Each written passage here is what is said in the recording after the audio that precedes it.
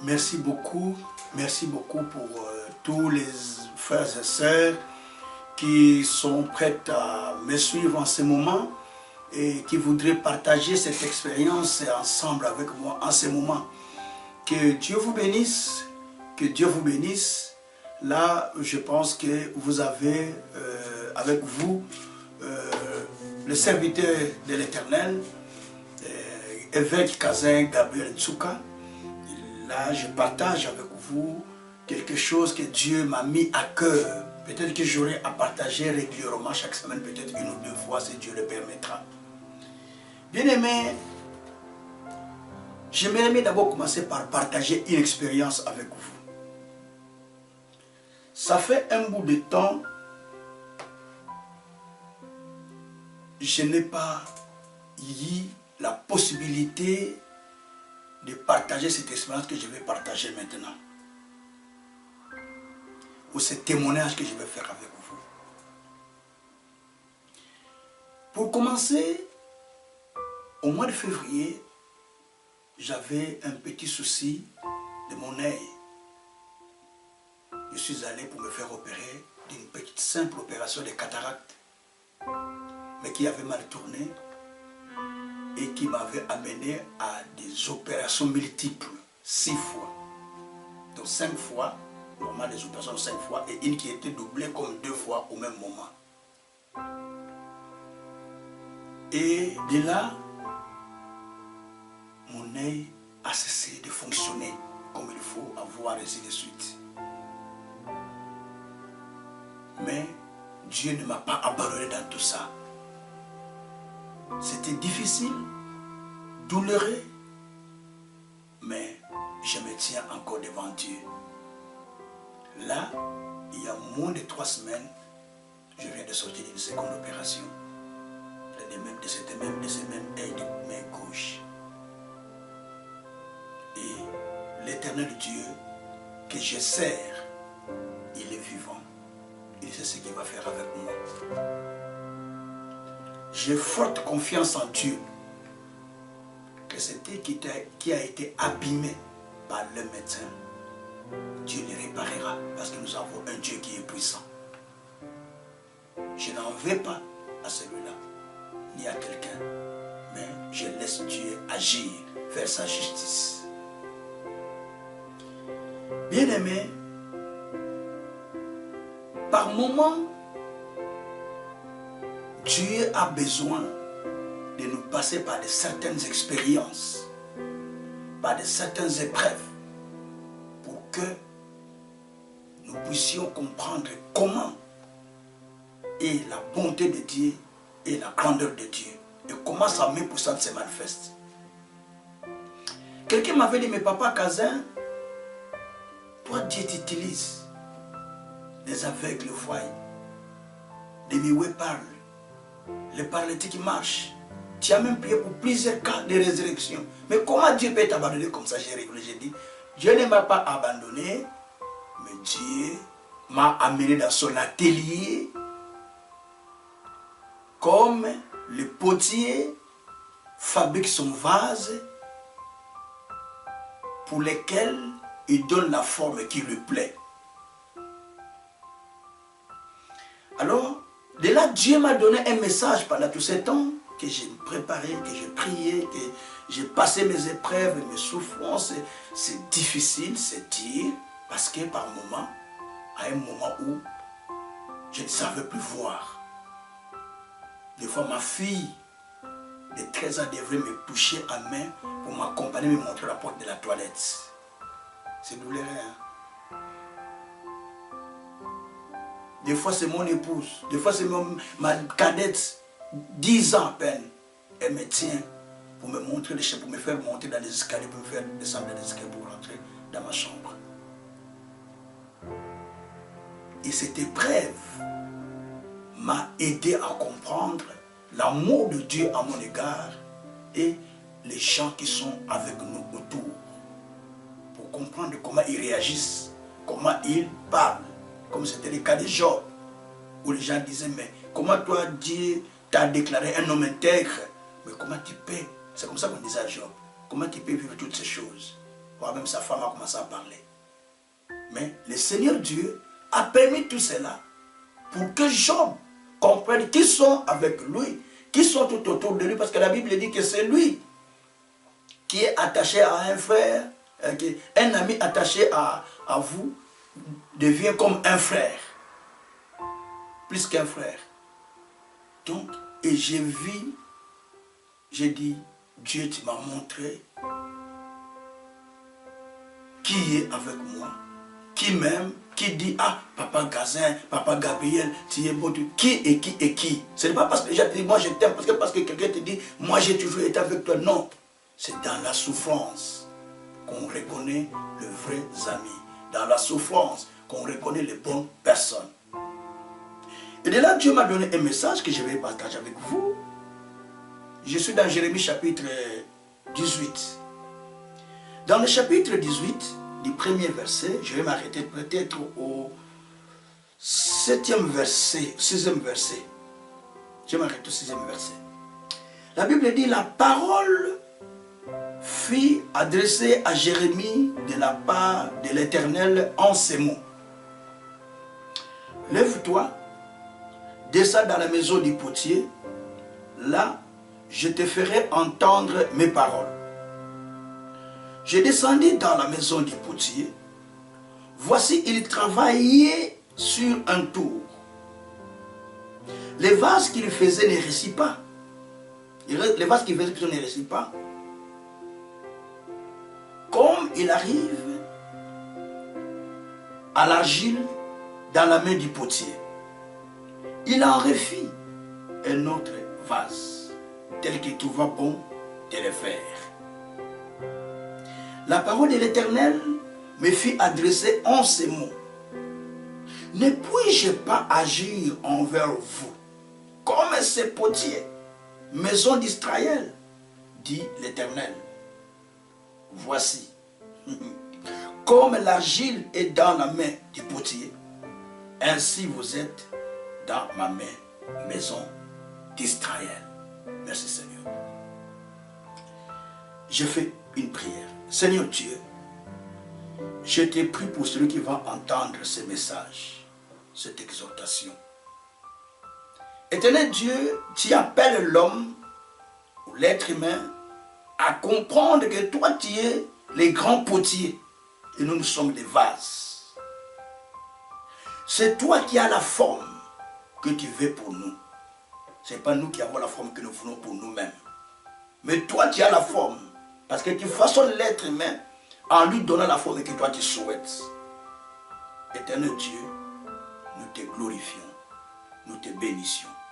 Laisse que ton Esprit Saint puisse agir sur nous pour nous accorder encore un second toucher qui nous permet de pouvoir témoigner ta grandeur. Béni sois-tu notre Père. Au nom puissant de notre Seigneur Jésus, nous avons ainsi prié avec l'action du Saint-Esprit. Disons Amen. Alors bien aimé, dans ce texte que je viens de lire, il est question d'un homme qui était envoyé par Dieu au nom de Jérémie vers le potier, le fabricant de vases. Il lui dit, descends dans la maison du potier ou dans l'atelier de celui qui fabrique des vases. Et de là, je vais t'instruire. De là, je vais te parler. Lorsque Jérémie descend dans l'atelier du fabricant des vases, il va constater une chose. Les fabricants des vases fabriquaient les vases. Mais en les fabriquant, il est arrivé à un moment où la forme qu'il souhaitait n'avait pas réussi. Ou les vases qu'il fabriquait n'avaient pas réussi. C'est-à-dire, il voulait faire un vase qu'il souhaitait, mais le vase souhaité, de la forme souhaitée, n'avait pas réussi. Il n'est pas arrivé à réaliser la forme qu'il voulait. Mais ce potier n'a pas arrêté de travailler. Il a continué encore à travailler sur ces vases. Et en travaillant, il a réussi cette fois-ci de faire le vase tel qu'il avait souhaité ou tel qu'il avait trouvé bon de le faire.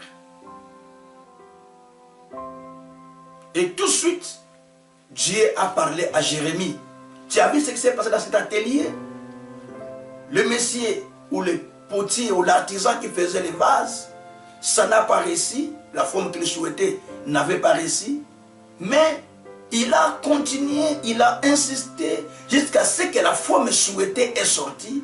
C'est alors qu'il pouvait exposer ses vases dans un musée ou dans un magasin, tout ainsi de suite.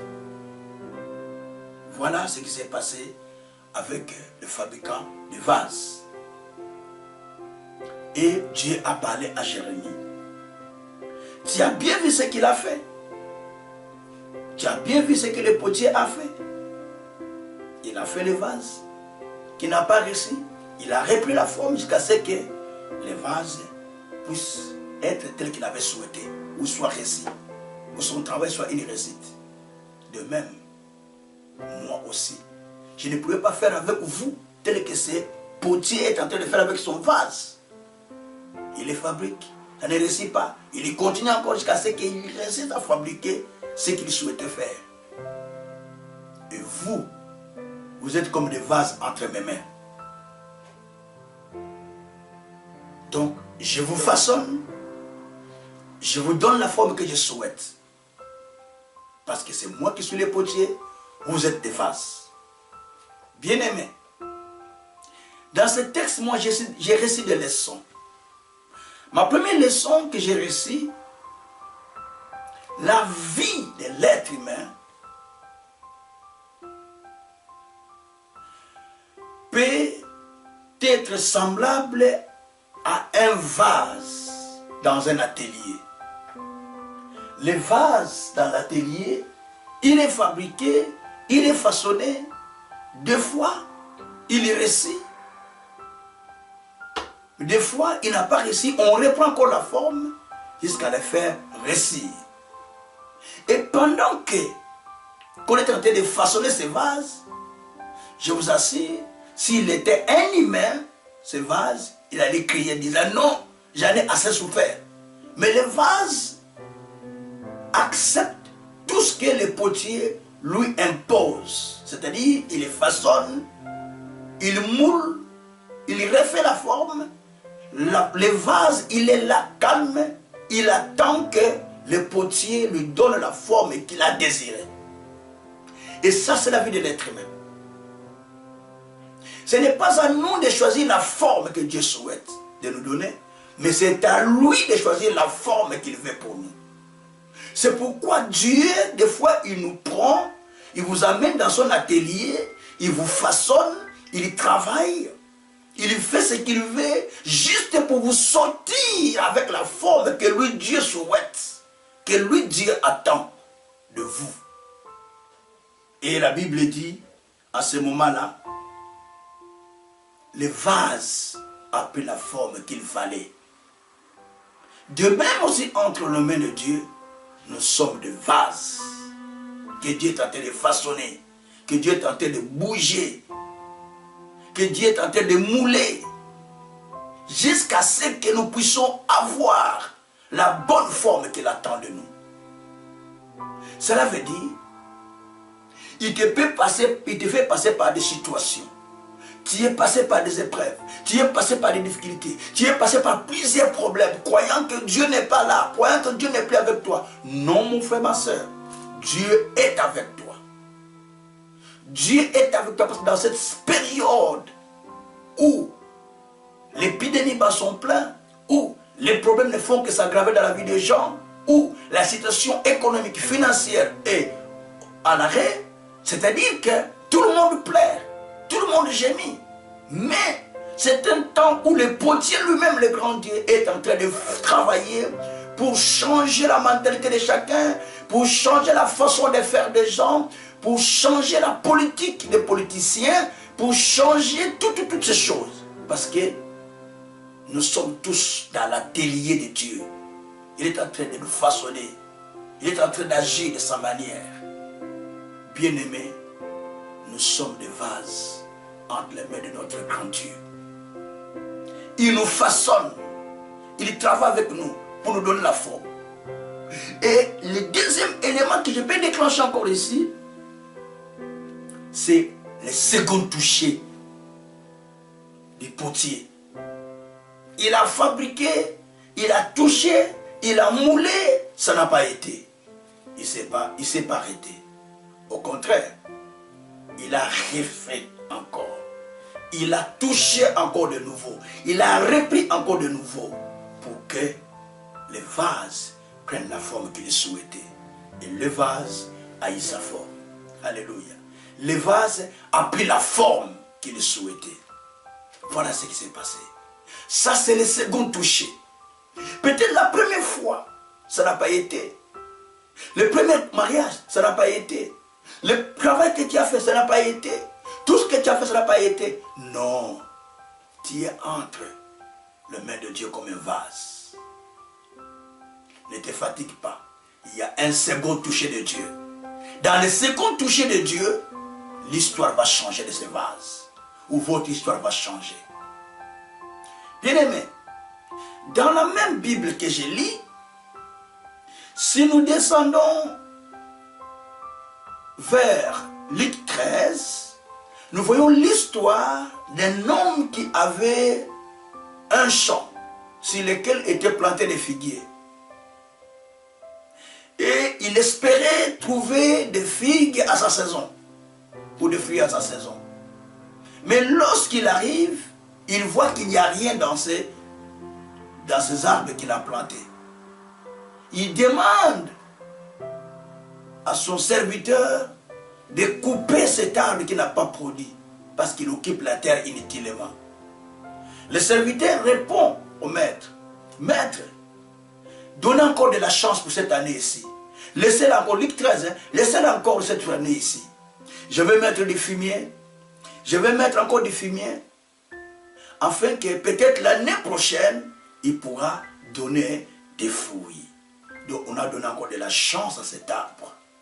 Il devait être coupé parce qu'il occupait la terre inutilement. Bien-aimés, nous vivons sur la terre pour les fruits que Dieu attend de nous.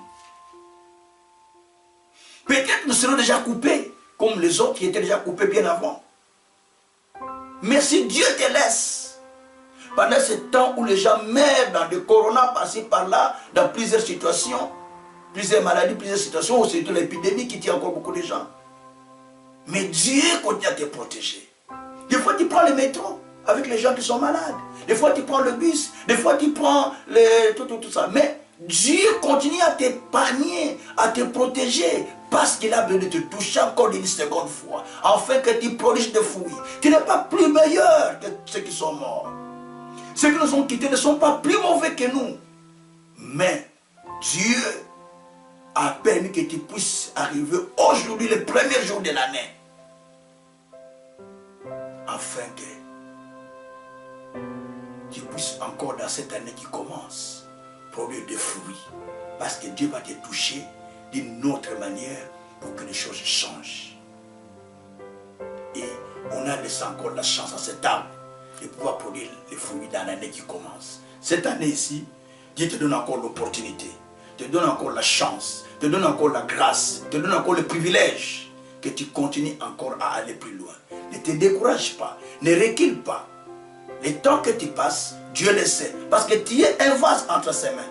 Mais il veut simplement que tu puisses traverser par là, passer par là, afin que tu puisses avoir un témoignage. Tu ne peux pas être un vrai croyant sans témoignage. Il faut avoir un témoignage de Dieu. Quels sont les genres de preuves que tu passes? Où tu es passé? Par quel chemin? Dieu dit, tu passeras par le fait, tu ne seras pas consumé. Tu passes par les autres, tu ne seras pas submergé. Parce que moi, Dieu, je suis avec toi. Isaïe 43, verset 1 à 3. Donc Dieu est passé par tout cela parce que Dieu est avec toi. Regarde les épreuves que tu as vécues, les choses que tu as vécues. Mais tout cela, Dieu continue à te sauver, à te garder parce qu'il a besoin de toi. Parce qu'il a besoin que tu deviennes un un vase d'honneur, un vase utile pour le progrès du royaume. La Bible dit dans 2 Timothée 2, au verset 2 Timothée chapitre 2, verset 20 à 21. La Bible dit que dans une grande maison, il y a plusieurs vases. Les vases de terre, les vases d'argile, les vases en or, les vases de fer. Il dit, mais tous ces vases sont dans la maison, mais ils ont que des usages. L'usage vil et l'usage noble. C'est-à-dire l'usage quotidien et l'usage noble. Dans des maisons, on a des verres, on a des assiettes, plusieurs, qu'on utilise régulièrement, chaque jour, quotidiennement. Mais il y a aussi certaines assiettes, de certains vases, de certains verres que vous gardez pour l'usage noble. Quand des personnes si importantes arrivent chez vous, alors vous utilisez cela. La Bible dit, il y a plusieurs vases, mais ils ont des usages. Nous sommes plusieurs vases dans la maison de Dieu. Mais nous avons deux types d'usages. Usage noble et usage vil. C'est un usage important pour les personnes nobles, pour les personnes pour les choses importantes et usage régulier au quotidien. Bien-aimé, la Bible dit, celui qui se sanctifie, il deviendra un vase d'honneur, propre à toute bonne œuvre, utile à son maître. J'aimerais bien que toi et moi, nous puissions devenir des vases d'honneur, des vases utiles pour le progrès du royaume, utiles pour le salut des autres, utiles pour la bénédiction des autres, utiles pour aider ceux qui sont en souffrance. Devenons tous des vases utiles pour aider les autres, pour aider la société, pour aider le monde, malgré tout ce que nous vivons. Mais nous passons par des épreuves pour que nous devenions des vases utiles à l'éternel Dieu, utiles à la société, utiles à ceux qui nous entourent. En ce jour comme celui-ci, nous avons besoin de pardonner ceux qui nous ont fait du tort. Nous avons besoin d'oublier tout le mal que nous avons fait. Nous avons besoin de faire une table rase pour redémarrer de nouveau. Vous avez de la haine envers quelqu'un, pardonne-le. Vous avez des problèmes contre quelqu'un, pardonne-le. Nous avons besoin de se supporter les uns et les autres. Dans des couples, supportez-vous les uns et les autres. Malgré toutes les épreuves que vous avez vécues, supportez-vous et retournez un peu voir comment vous avez commencé, où vous êtes en êtes aujourd'hui. Afin que vous connaissiez vous soutenir. Pardonnez-vous. Faites une table rase. Parce que Dieu veut encore vous toucher une seconde fois. C'est ce que j'appelle le second toucher de Dieu. Vous avez travaillé, ça n'a pas été. Vous avez étudié, ça n'a pas été. Vous avez fait telle chose, ça n'a pas été. Oh bien-aimé, dites à Dieu, Dieu, je suis un vase entre tes mains. Donne-moi une forme pour cette année ici. Change ma vie. Transforme-moi. Pardonnez-moi. Transforme-moi. Parce que je suis un vase entre tes mains. Je suis un vase entre les mains des Tout-Puissants. Bien-aimés, nous sommes des vases entre les mains de l'Éternel. Un vase n'impose pas au maître, fais-moi ça, fais-moi ça. Un vase n'attend qu'on lui donne la forme qu'il attend de son maître. Bien-aimé,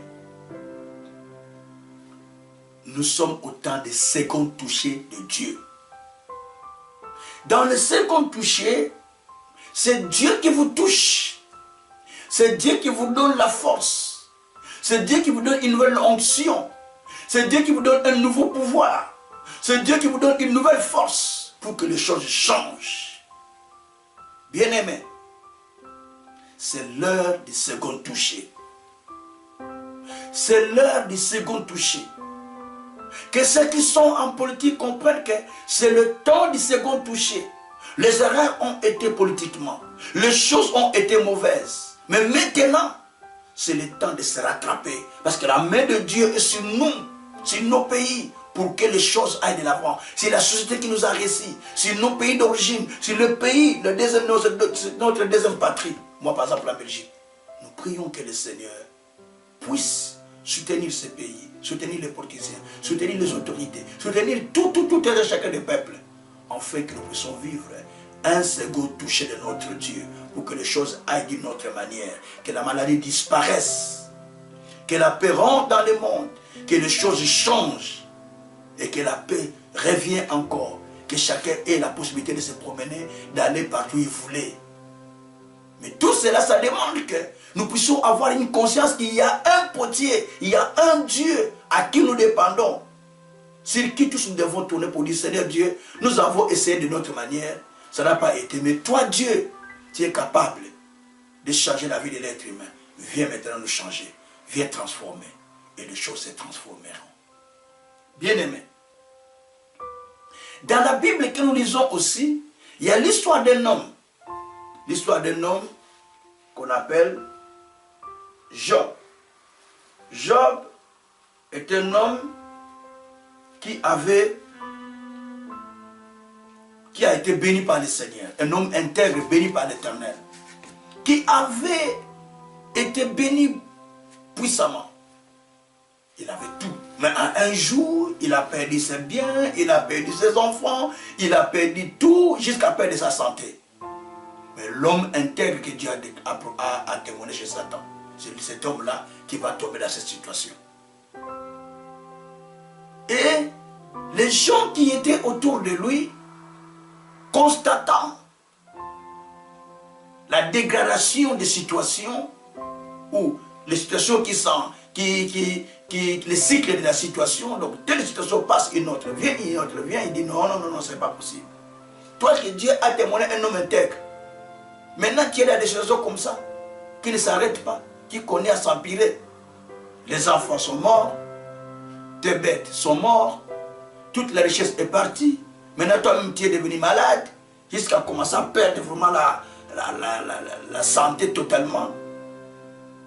Et les amis commencent à se moquer de lui en disant, peut-être tu as fait du mal, peut-être tu as fait ça, peut-être tu as fait ça. On commençait à faire des prétextes sur lui. Bien-aimé, quand tu passes des épreuves, quand tu passes par des problèmes, les gens commencent à fouiller ta vie, à bêcher, à creuser, pour savoir, n'as-tu pas fait quelque chose qui a fait que tu deviennes dans telle situation, que telle situation arrive dans ta vie?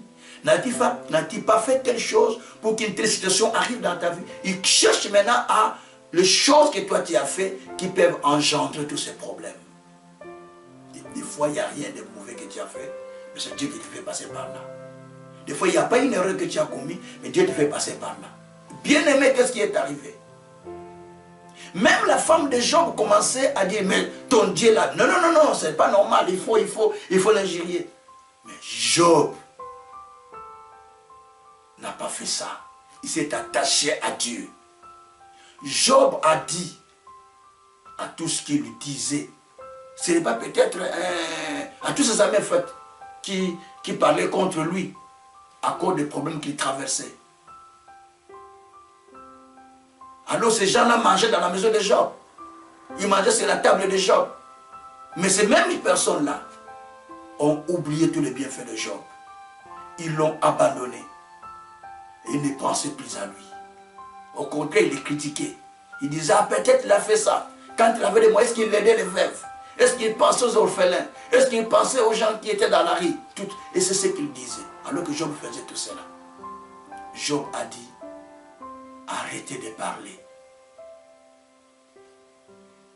Mon Dieu, mon rédacteur se lèvera le dernier. Job 25. Il dit, mon Dieu, mon rédacteur, mon potier se lèvera le dernier. Parce que c'est lui qui a la forme de ma vie. C'est lui qui va faire quelque chose. Merci Seigneur. Et les rédacteurs s'est levé le dernier. Les solutionnaires s'est levé le dernier. Le potier s'est levé le dernier. Parce que la vie de Job était entre la main de Dieu comme un potier avec son vase. De Job était comme un vase entre les mains de l'Éternel. Il n'attendait que la forme que Dieu voulait de lui. Et lorsque Dieu a étendu la seconde main sur Job, oh, tu attends la seconde main de Dieu. Lorsqu'il a attendu la seconde main, les secondes touchées de Dieu, Job a commencé à reprendre sa vie. Il a eu d'autres enfants, plus jolis dans la ville, plus jolis, il n'y a aucun des enfants qui était plus belle que ses enfants. Job a eu des moyens, aucun a eu des moyens plus que lui. Job a été rétabli dans sa situation, plus qu'auparavant, dit la Bible. Parce que Dieu est un Dieu de seconde touchée. Quand le premier touché n'a pas réussi, Dieu élève le second touché, la deuxième main, il te touche encore maintenant pour que les choses changent. Bien-aimé, en 2021 est une année de second touché. Peut-être, rien n'a marché. Peut-être, tu es passé par des épreuves comme moi. 6 fois les opérations, 5 fois comme ça, et une fois qu'on a fait le double au même jour. Donc, toutes ces opérations, je suis au 3e semaine de mon opération quand je te parle là. Mais Dieu a fait grâce que tout est normalisé. Dieu est en train de travailler rapidement, de me guérir petit à petit. Je sais que mon nez voit à 2%. Ça ne me dérange pas. Le Dieu que je sers, le Dieu que je sers, c'est lui qui a guéri les aveugles par mes mains. C'est lui qui a ressuscité les morts par mes mains. Ah, Jésus. C'est lui qui a fait marcher les paralytiques par mes mains. C'est lui qui a fait parler les miouets par mon ministère toujours. Je l'ai dit. Le même Dieu là touchera cette terre. Il verra comme j'étais avant. Je crois en Dieu. Je crois à sa puissance. Je suis un homme de foi. Je crois à la puissance de Dieu. Parce que Dieu est celui qui nous tient comme des vases et il donne la forme qu'il veut. Bien-aimés, nous avons un Dieu qui est vivant. Nous avons un Dieu qui restaure. Je te dis maintenant que le Dieu que je sers, le Dieu que je prêche, restaurera la vie de chacun de nous. Parce qu'il y a un second touché qui doit se manifester. Comme on dit dans ma langue, donc un second touché de Dieu qui doit se manifester pour que les choses changent. Dans la situation que tu traverses, dites au Seigneur, je suis un vase. Touche-moi pour la deuxième fois, faut que les choses changent. Dans le ministère, je suis un vase. Touche-moi une seconde fois pour que les choses changent. Quand Dieu va te toucher pour la seconde fois, tu deviens un vase propre à l'Éternel, utile à toute bonne œuvre pour ton maître. Et les gens comprendront que Dieu qui était avec toi est un véritable Dieu. Ceux qui t'ont fait du mal, pardonne-le. Ceux qui t'ont fait du tort, pardonne-le. Ceux qui étaient en conflit avec toi, arrange avec eux. Ceux qui te bénissent et ceux qui ne te bénissent pas, bénis-les. Ceux qui te donnent et ceux qui ne te donnent pas, aime-le. Ceux qui t'ont visité, ceux qui ne t'ont pas visité dans les malheurs, aime-le. Dieu a permis tout cela pour que tu comprennes les degrés de l'amour que les gens disent, je t'aime, je t'aime, je t'aime, je suis ton frère, je suis ta soeur, je suis ton ami. Les degrés de l'amour là se manifestent par les œuvres, par les actes, par les paroles. C'est là où on va comprendre qui vraiment est avec toi, qui vraiment t'aime. Moi j'ai vécu ça. J'étais comme un oublié. Même ceux qui ont vu la main de Dieu au travers de moi, ils ont oublié qu'il y a un Gabriel Kazensoka quelque part qui souffre. Ils m'ont oublié. Mais Dieu ne m'a pas oublié. Les gens m'ont quitté, mais Dieu ne m'a pas quitté. Les gens m'ont abandonné, mais Dieu ne m'a pas abandonné. Toujours avec ma femme, dans toutes les difficultés, elle est là. Elle-même, dans ces épreuves aussi qu'elle traverse, nous deux, nous nous sommes soutenus. Et nous continuons de soutenir. Avec bien sûr un grand nombre qui sont attachés à Papa Kazin, à Papa Gabriel, qui sont toujours là, qui ne cessent de venir nous aider, de venir nous assister, de venir nous rendre visite, tout ça. Mais nous portons tout le monde dans la prière. Parce que notre fardeau, c'est d'amener les gens dans la prière, de soutenir les gens, d'aider les gens. Même ceux qui ont été aidés par moi, certaines personnes m'ont oublié. J'ai dit, ce n'est pas grave. Ce qui est important, que le Dieu que je sers continue à les bénir, continue à les soutenir, continue à les faire prospérer, parce que ma récompense ne vient pas d'un homme, ma récompense vient de notre grand Dieu. Bien-aimés, nous sommes à la saison du second toucher.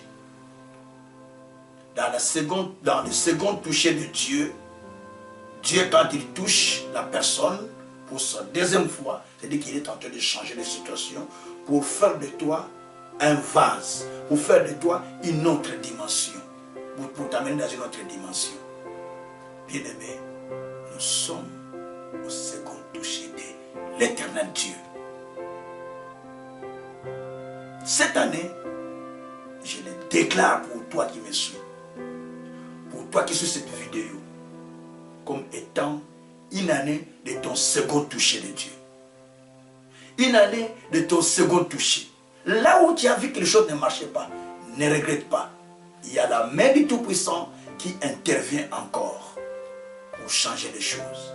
Là où tu sens que les choses n'ont pas été, ne regrette pas. Il y a encore la main de Dieu qui se lève pour changer la situation. Parce que le second toucher doit se manifester pour témoigner la grandeur de Dieu, pour témoigner la grandeur de Christ. Parce que notre Dieu n'est pas mort, mais il est vivant. Merci encore pour vous qui m'avez suivi. Je vais prier pour vous. Éternel Dieu des armées, je t'ai pris en ce moment pour mon frère, pour ma soeur, pour celui qui a écouté ces messages, pour celui qui a suivi cette vidéo. Éternel Dieu, accorde à celui-là un second toucher. Accorde à celui-là un second toucher dans sa vie. Dans tout aspect de sa vie, Seigneur, tu étendes une seconde main comme tu l'as étendu à Job. Comme tu l'as étendu à l'aveugle qui ne voyait pas bien, qui voyait les hommes comme des arbres. Mais quand toi tu as étendu la main pour la deuxième fois, l'aveugle a très bien vu, il a vu clairement. Seigneur, je te prie d'étendre encore ta main sur ces derniers pour qu'ils voient encore clairement, qu'ils disent non, non, non, cette fois-ci, Dieu m'a touché et je vois les choses de façon claire.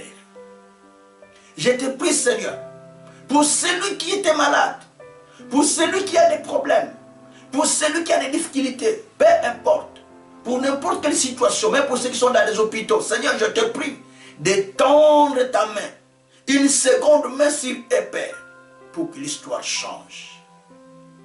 Une seconde main, Seigneur, pour que les choses changent. Pour celui qui est dans le ministère, pour celui qui me suit, pour celui qui est dans ma communauté ou qui ne sont pas dans ma communauté, Seigneur, je te prie que tu les touches encore une seconde fois, afin qu'il puisse avoir la forme que toi tu attends de lui.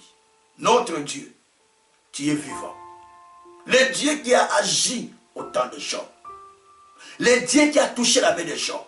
Je te prie maintenant, la même main qui a touché Job, Père, que cela maintenant s'étende sur chacun de nous. Sur moi qui parle et sur ceux qui m'écoutent à ce moment. Pour changer l'histoire de quelqu'un. La main qui avait touché l'aveugle, qui a vu les hommes comme des arbres. Et la seconde main qu'il a touchée, qui a permis qu'il puisse voir distinctement. Oh Dieu, je prie que cette seconde main maintenant s'étende sur moi qui parle et sur ceux qui me suivent en ce moment, afin que nous voyons les choses d'une autre manière et distinctement et clairement. Et qu'il y ait des changements dans notre vie au nom de Jésus-Christ. Seigneur, je te prie encore, la main qui a guéri la femme ébossée, la main qui a guéri les malades, les aveugles, les paralytiques au travers de moi et au travers de notre Seigneur Jésus-Christ. Seigneur Dieu, que cette même main maintenant s'étende encore sur moi, sur les hommes, afin que nous témoignons que Jésus-Christ est Seigneur. Nous témoignons que notre Dieu est vivant. Au nom de Jésus-Christ. La main, Seigneur, qui restaure la vie des gens, les couples, les familles, que cette main s'étende encore de nouveau dans des couples déchirés, dans des familles déchirées. Que cela restaure encore au nom de Jésus. Pour celui qui a perdu l'espoir, pour celui qui a perdu la confiance, pour celui qui pense à faire même du mal, de se suicider, maintenant que ta main le touche là où il est, que sa main le touche pour que Seigneur, qu'il renaisse encore en lui la vraie foi, l'espérance et la gloire. Car toi tu as dit, ton espérance ne sera pas d'ici. Maintenant, redonne encore à celui-là, Seigneur, une autre dimension de foi, une autre dimension de vie. Père éternel, touche-la avec ta main puissante. Étends encore ta main sur les étudiants, sur les enfants, partout dans les hôpitaux aussi, sur les gens qui sont malades, sur les médecins, sur les infirmières, sur tous ceux qui travaillent dans le domaine de santé, sur les politiciens, sur le militaire, sur les autorités militaires et civiles, sur tout, Seigneur. Étends ta main pour que ton nom soit glorifié. Si mon pays d'origine, le Congo, étends ta main sur le chef de l'État, ainsi que tous les gouvernements et tous ceux qui dirigent le pays, tous ceux qui travaillent pour le progrès du pays. Étends ta main pour que l'histoire du Congo aussi change. Je te prie, Père, pour un second toucher au Congo. Pour un second toucher au Congo. Le pays a beaucoup souffert. Maintenant, Père, donne un second toucher pour que les cœurs des politiques changent. Les cœurs du peuple changent. Et que les cœurs des dirigeants comprennent que le peuple a besoin de la stabilité. Seigneur notre Dieu, manifeste ta main. Étends encore ta main, Seigneur, sur des hommes de Dieu. Que la repentance s'efface. Que la cupidité s'éloigne de leur cœur. Et que l'intégrité soit le facteur primordial pour le progrès du royaume, Seigneur. Manifeste ta grâce. Manifeste ta grandeur. Ici en Europe, Père, de même, étends ta main sur des serviteurs que nous sommes.